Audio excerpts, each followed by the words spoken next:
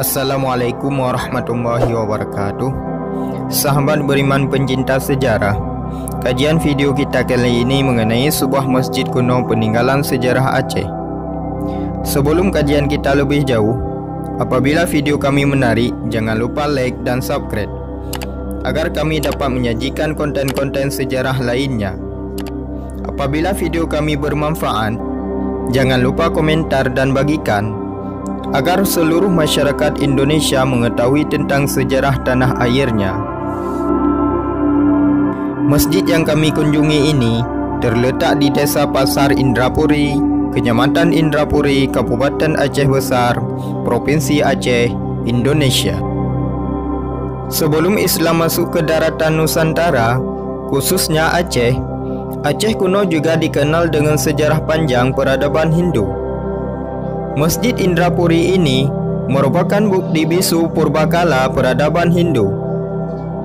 Masjid yang berdiri kokoh di atas runtuhan pura peninggalan Hindu ini berada tidak jauh dari Pasar Indrapuri. Konon, kata masyarakat setempat, pada abad ke-10 Masehi, wilayah Indrapuri merupakan bagian dari wilayah kerajaan Hindu Indrapurwa. Indrapurwa pernah difungsikan sebagai benteng pertahanan pada saat pendudukan Portugis dan Belanda di Aceh.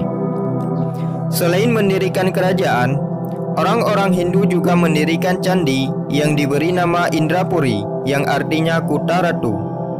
Hingga sampai sekarang, daerah ini dinamakan Indrapuri.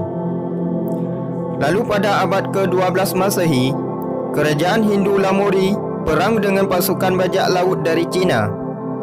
Pada akhirnya perang dimenangkan oleh kerajaan Lamuri atas bantuan Merah Johan, yaitu pangeran dari Linggagayo, yang kemudian menjadikan kerajaan Lamuri sebagai penganut Islam. Kemudian kuil milik Hindu Indrapurwa diambil dan diruntuhkan. Pada abad ke-16 Masehi, di atas reruntuhan pura Hindu tersebut dibangun masjid oleh Sultan Iskandar Muda.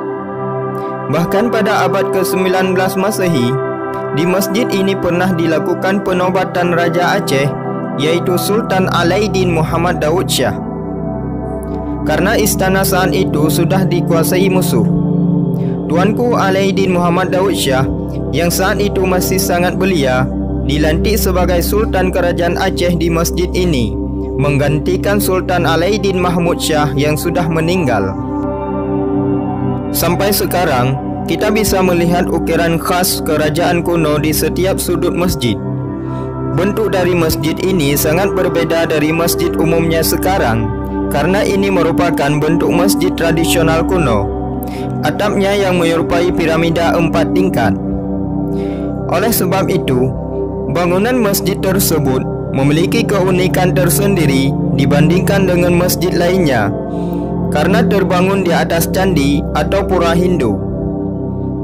Masjid Indrapuri merupakan saksi bisu berbagai peristiwa penting sejarah, mulai dari jejak peradaban Hindu hingga masuk dan berkembangnya Islam di Aceh.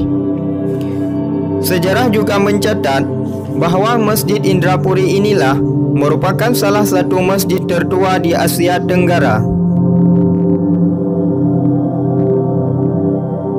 Hanya sekian sejarah singkat ini yang kami dapatkan dari beberapa sumber. Apabila ada kesalahan dalam menceritakannya, kami selaku kreator sejarah mengucapkan ribuan maaf. Apabila ada sahabat semuanya yang lebih mengetahui tentang sejarah tersebut, mohon menceritakannya di kolom komentar. Dan kami ucapkan terima kasih bagi sahabat yang telah meluangkan waktunya untuk menonton video kami.